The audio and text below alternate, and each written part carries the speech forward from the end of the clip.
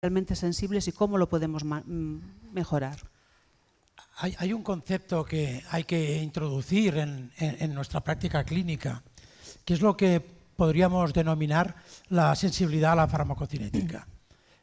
Cuando nosotros administramos un fármaco a un paciente, lo que pretendemos es que tenga una exposición a ese medicamento de tal manera que inhiba las funciones que pretendemos que inhiba y que no modifique las funciones que no pretendemos que modifique. Por desgracia, no todos los pacientes asumen ese fármaco de la misma manera y hay en distintos pacientes, para recibir la misma exposición al fármaco a lo largo de todo un día, se puede hacer de distintas maneras. Y hay pacientes, como comentaba Ana, que lo hacen a expensas de tener grandes picos de exposición al fármaco que probablemente son responsables de una mayor toxicidad de ese fármaco. Por lo tanto, podríamos definir que esta sensibilidad a la farmacocinética viene determinada porque hay pacientes que son particularmente sensibles a que esta farmacocinética pueda modificar su evolución clínica y pueda modificar su calidad de vida porque depende en parte de cómo se comporta el medicamento.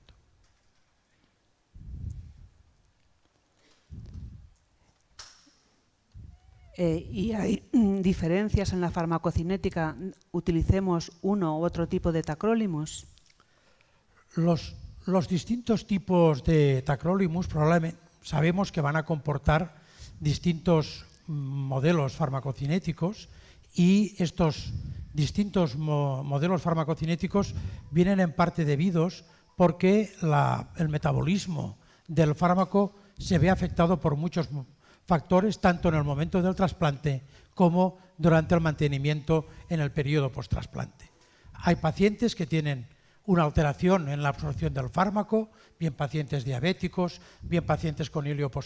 postoperatorio. Luego hay un fenómeno que es bien conocido por los médicos de trasplante, que es el fármaco tiene que metabolizarse a nivel intestinal y a nivel hepático, y los polimorfismos de distintos enzimas que participan en el metabolismo del fármaco van a contribuir a distintos perfiles farmacocinéticos. Además, es importante tener en cuenta que nuestros pacientes no toman solo tacrolimus, toman muchísimos otros medicamentos y por tanto van a existir interacciones con otros fármacos. Y habrá características específicas de pacientes sensibilizados, pacientes o añosos o jóvenes, en los que la farmacocinética de tacrolimus nos puede modificar el riesgo-beneficio de la exposición al fármaco. Bueno, pues ahora explícanos si podemos ver algunas diferencias en la farmacocinética dependiendo de qué tipo de tacrolimus utilicemos. Un poco para centrar cuál es la distinta farmacocinética de las distintas formulaciones de tacrolimus, viene muy bien este estudio publicado recientemente en el que en pacientes en los que se hace un estudio de conversión post-trasplante renal en los que reciben las 3 formulaciones de tacrolimus, tacrolimus de liberación inmediata, Prograf, tacrolimus de liberación retardada, Advagraf, y la formulación Meldose en Varsus, se puede ver en la gráfica adjunta cómo tanto Advagraf como Prograf consiguen la misma área bajo la curva a expensas de tener un pico importante de exposición a la segunda, cuarta hora de la administración, y en cambio con Envarsus esta curva es mucho más suave y no existe este pico de exposición para conseguir una misma área bajo la curva de exposición al fármaco. Esto si lo expresamos en números para que se entienda mejor, lo que podríamos decir es que la formulación Meldose nos permite tener una mayor biodisponibilidad, que se observa tanto a los 3, a los 7 como a los 14 días, y además un fenómeno que es muy importante, una menor fluctuación del fármaco. Es decir, la diferencia entre el valle y el pico de exposición al fármaco es menor con la formulación Meldose que con las otras formulaciones. Esto en teoría podría mejorar la tolerancia al fármaco y también en teoría podría contribuir a mejorar los resultados del trasplante. Claro, Paco, yo creo que Magdalena nos ha dado un perfil de pacientes ahí en el vídeo en el que vemos pacientes mayores, jóvenes, pluripatológicos, de diferentes razas. Es verdad que los detalles importan Y esto de que hablamos hace años de la individualización de la inmunosupresión, ¿crees que tiene lugar en las diferentes poblaciones, diferentes perfiles de pacientes de cara a diseñar una estrategia de inmunosupresión? Bueno, intentaremos revisar algunos perfiles de pacientes, no todos, pero sí algunos de ellos, en los que este tipo de formulación MEL-Dose podría ofrecer ventajas, dado que nos evitaría los picos y haría que la curva de exposición fuera mucho más suave. Y analizaremos algunas evidencias que hay en población anciana, especialmente también en población metabolizadora rápida. Como sabéis, en nuestro ambiente de población caucásica el metabolizador rápido es mucho menos frecuente, pero en otras etnias es mucho más frecuente, y dado que hoy en día hay mucha inmigración en nuestro país, todos tenemos en nuestras unidades muchos pacientes que proceden de otras zonas del planeta. Analizaremos en una población especialmente como es la anciana, que tiene mucha toxicidad neurológica, y lo hemos visto en el vídeo anterior, pacientes que tenían trastornos de memoria, pacientes que temblaban. Veremos qué evidencias tenemos con esta formulación, y finalmente podríamos comentar algo sobre pacientes que presentan niveles inestables de tacrolimus o pacientes hipersensibilizados. Empezaremos en primer lugar con los pacientes mayores. La verdad es que cuando salió este metaanálisis que se publicó hace ya 3 o 4 años atrás, se analizó cuáles eran los resultados con Envarsus respecto a las otras formulaciones de tacrolimus sobre el riesgo de fracaso de tratamiento. En este caso, el fracaso de tratamiento venía definido como un endpoint compuesto en el que se incluían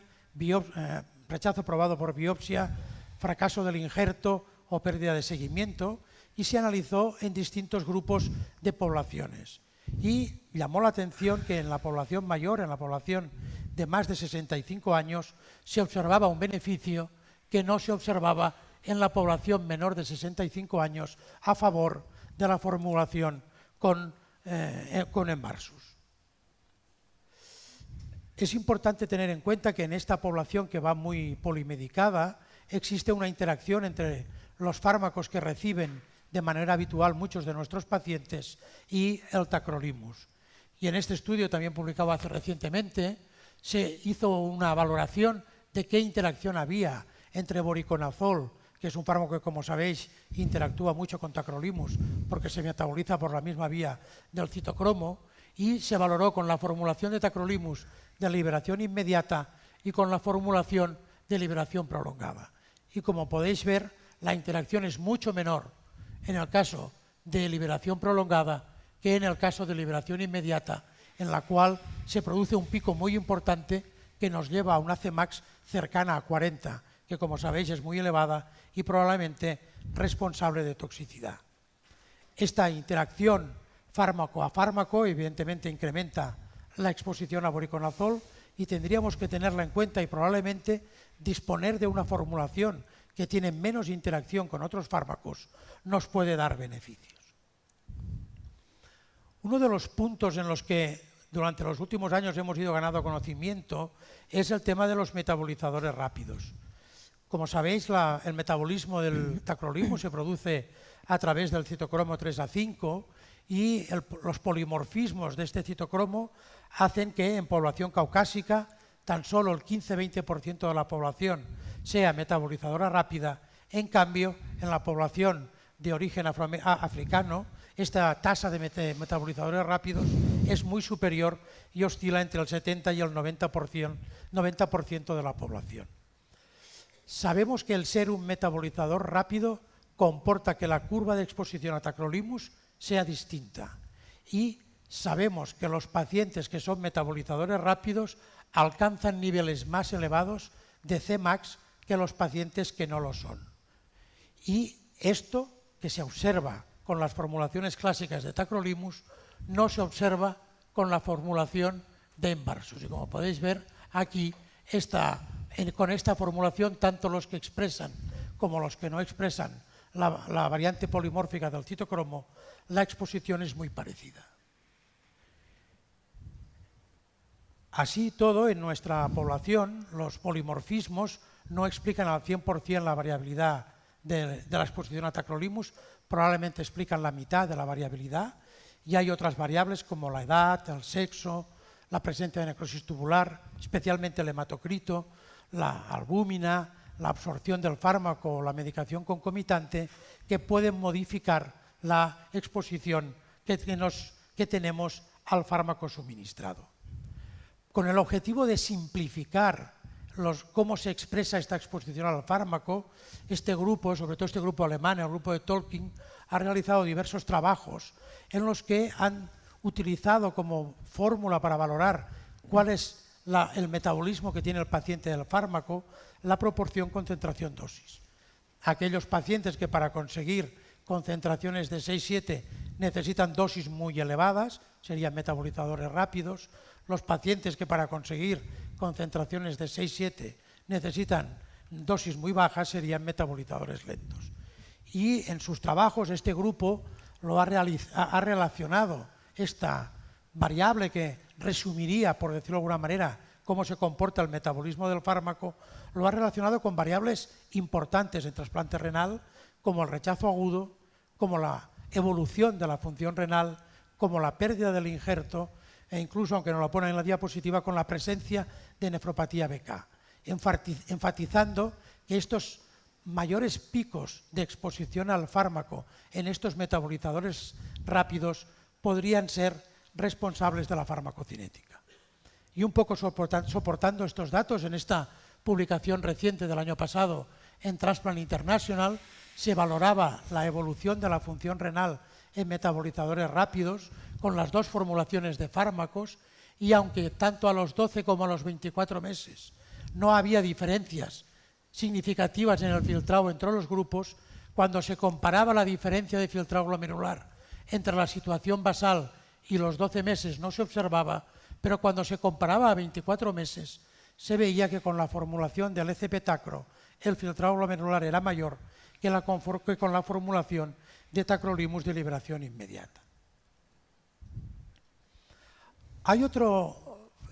fenómeno que yo creo que tiene mucha importancia y que en la consulta externa, cuando atendemos a nuestros pacientes, especialmente los seniors, los que ya tienen más de 65 años, todos asistimos a ella, que es la toxicidad neurológica. La verdad es que en los vídeos lo hemos visto, pero yo no os engaño, en la consulta tengo que perder tiempo con ello, y cuando le hago firmar algún papel a algún paciente, a veces es que sufro, porque a veces tienes pacientes, y me acuerdo de uno de ellos, que es profesor universitario y tiene un nivel alto, y cuando tiene que escribir es que el pobre señor a mí me hace sufrir muchísimo, porque no puede sostener el bolígrafo como tocaría. Y evidentemente tenemos que buscar medicamentos que nos permitan mantener la eficacia, pero que nos permitan reducir esa toxicidad. Probablemente la toxicidad neurológica es una de las más importantes que tenemos en los pacientes que tenemos trasplantados. Muchas veces solo nos fijamos en el temblor, pero yo creo que el temblor refleja un conjunto de toxicidad neurológica que los pacientes explican bien: trastornos de memoria, dificultad de concentración, y que, por desgracia, habitualmente no valoramos de manera suficiente. Este es un estudio ya clásico en el que se convirtieron pacientes de una formulación clásica de tacrolimus a la formulación Meldose, en la que se observaba, yo creo que de manera bien consistente, se hizo utilizando escalas de medida del temblor, utilizando aparatos que son capaces de medir el temblor, utilizando escalas de calidad de vida, utilizando escalas de evaluación por parte del paciente y por parte del médico, y se demostraba que con esta formulación el temblor mejoraba en los pacientes trasplantados cuando cambiaban de una formulación a otra. Y es más, en función de quién lo valoraba, pero vamos, hasta el 79% de los pacientes acababan diciendo que con esta formulación presentaban una mejoría, y más del 80% de los médicos objetivaban o pensaban que sus pacientes habían presentado mejoría. Muchas gracias, Paco.